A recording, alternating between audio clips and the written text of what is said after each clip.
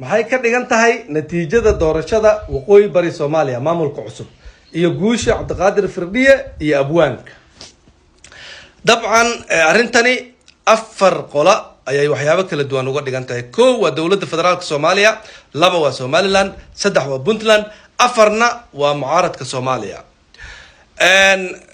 dawladda federaalka waxay uga dhigan tahay guul aad u weyn.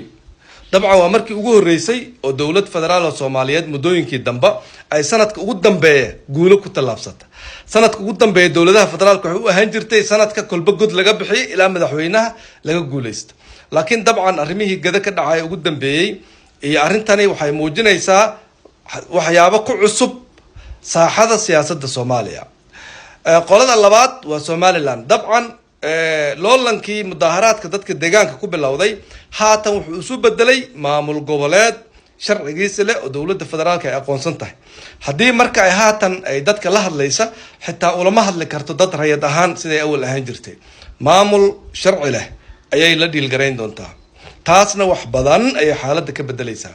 qolada saddexaad waa Puntland. Puntland waxay uga dhigan tahay waxaa u bilowday hoos u socodkii Puntland. dabcan wax walba markay bilowdaan sare u kac iyo waxay leeyihiin hoos u kac. Puntland tani waxay uga dhigan tahay waxaa u bilowday hoos u socodkeedii, dib u garashadeedii. deegaamaha haatan ka baxaya gaalkacyo waad ogtihiin waxa ka socda, iyadana doodaa ka taagan. marka haddii Puntland ay dib u cusboonaysiin isku sameyn waysa hanaanka dowladnimadeeda, xaaladeeda halis ay ku jirtaa. afar waa mucaaradka Soomaaliya. dabcan maalin dhow hal gool ay ka geliyeen madaxweynaha Soomaaliya Xasan Sheekh Maxamuud oo ah inay teendhadii ku celiyeen, laakiin 3 gool ayuu marayaa. goolka koobaad waa inuu mucaaradkii kala qaybiyey. goolka labaad waa in qolyihii beesha caalamka ee C6+ la oranayay uu kala qaybiyey ayagana, oo ay ku kala qaybsan yihiin xaaladda Soomaaliya, oo qaarkood ay aad ugu riyaaqsan yihiin heshiiska dhex maray qayb ka mid ah mucaaradka iyo maaragtay dawladda federaalka. goolka saddexaadna waa arrintan haatan ka dhacday waqooyi bari Soomaaliya. haddii New Jubbaland la dhiso iyadana waa gool afraad. marka waxay u muuqataa in mucaaradka laftirkooda maadaama dadkii Soomaaliyeed ay u muuqdaan inay bislaadeen oo ay dawladnimo iyo dib u qabasho rabaan, oo sababtan ay tahriibkii iyo waxyaabihii faraha badnaana uu isa soo xiraya adduunkii.